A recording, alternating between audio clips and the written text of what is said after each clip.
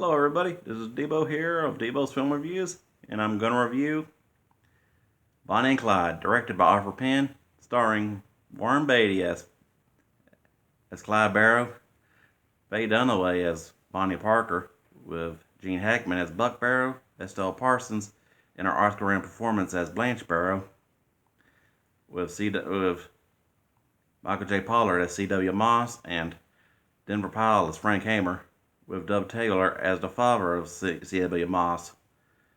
Now, on the character of the Mosses, like I say, they were really the Methwins, who's, the father dropped a dime on them, on Bonnie and Clyde, because their son was in his son Henry was in their gang, which is who C.W. is based off of. But the cast, I gotta say, epic action, character development, car chases, especially. I mean, it set a standard with, especially in music used for car chases. I mean, come on, every movie should have had Foggy Mountain Breakdown as in the top 3 of songs for inconsiderable choices for car chases,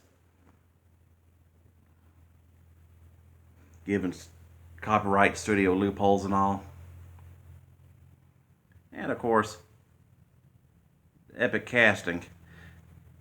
I already mentioned Estelle Parsons playing Blanche Barrow getting the Oscar, but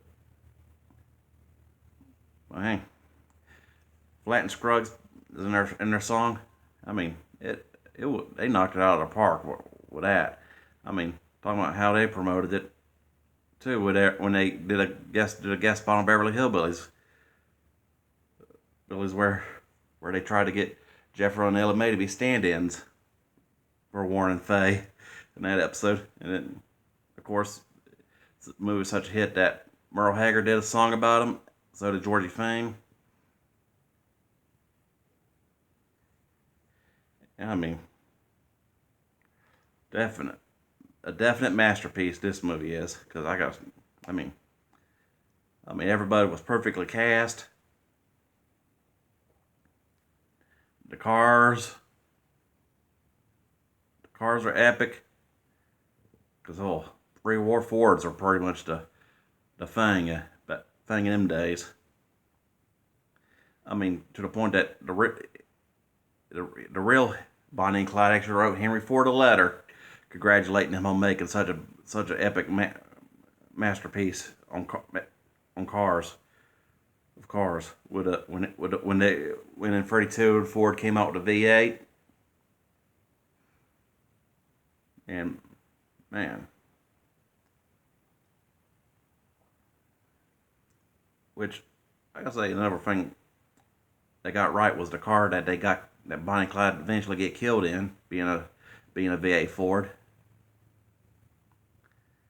And of course with the epic action. I mean, with epic uses of pump action shotguns, 6-shooters, 1911s, or should I say semi-automatics pistols in it.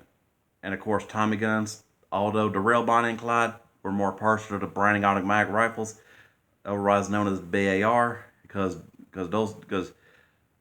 they had like read in like the Medal of Honor strategy guy or Frontline quotes some about how they tore the hell out of police cars compared to the little pea shooter bullets that Tommy guns had. Which I gotta say, between the actual era, BAR was the more preferred gun. Tommy gun was a Hollywood phenomenon. Though it was more like the second choice, and it's still associated with the era, but still. And of course with the castings, I mean, there hardly no movie couple that already had the chemistry that Warren and Faye had in this movie. I mean, even if even when films that had, where they actually had an actual couple play another couple in the movie. And of course, with Gene Hackman in what was one of his first movies.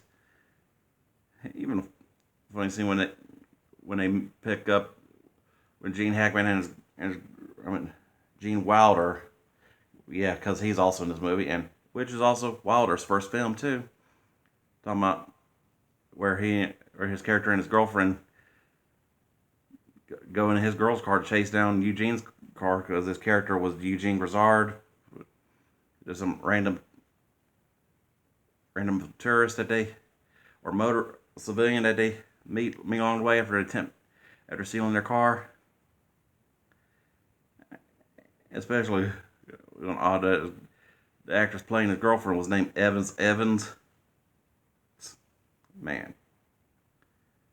I'll say, oh, talk about epic scene for that one and for a film debut, along with with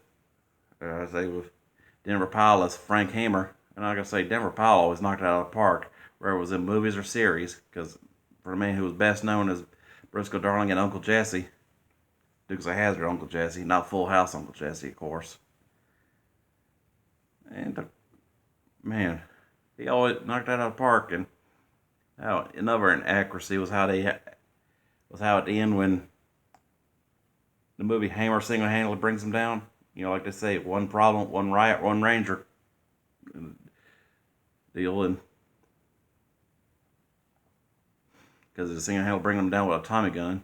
Although it took a real posse to bring down the real Bonnie and Clyde, and the real posse used BARs, which of course the real Bonnie and Clyde were known for. Which of course did not excluded some actual historical events of it, which, like the prison escape where they buzzed out some of their buddies.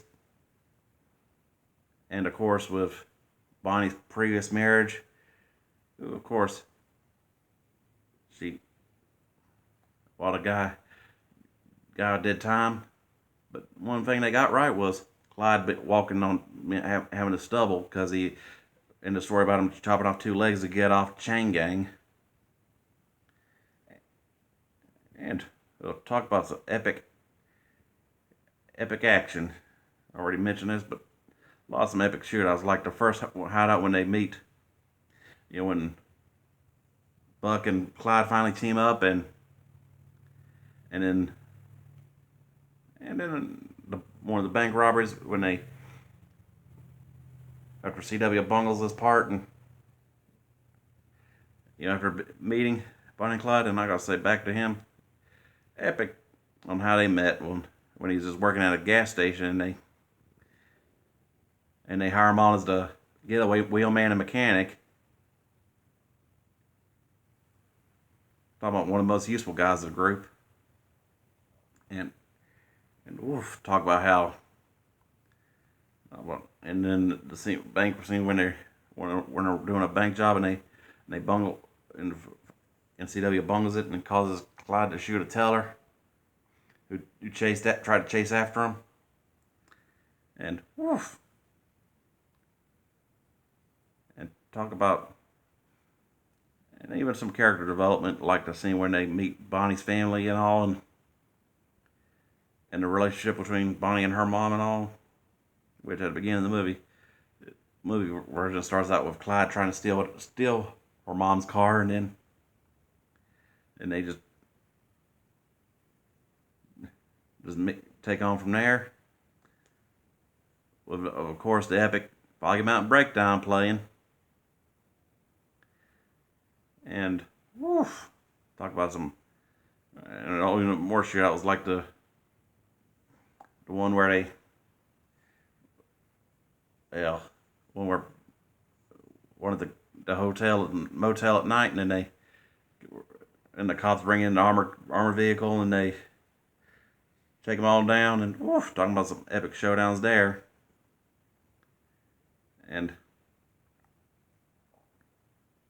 And all the reaction of of Estelle Parsons' reaction to when Buck dies. Of course, because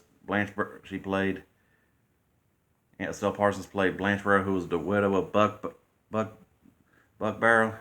Sorry for a spoiler, but that's the thing about reviews. They may contain spoilers. But, and like I say, overall, this movie gets a definite 5 out of 5. I mean, I've got to think for 1977, 67, everybody should have got an Oscar for their parts in this movie. Not just Estelle Parsons, because I was like, talking about perfect cast, perfect soundtrack. I'll say, minus the few inaccuracies I've pointed out, a damn near perfect movie. I mean, how can you not like this movie? Anybody who's seen this movie and hated it just does not need to be watching movies. I mean, because this movie is a 5 out of 5 masterpiece. All right, y'all. Even with a reference to Gold Diggers of 1933 and the whole we're into money, I always associate it there because still got to cross that one off my list.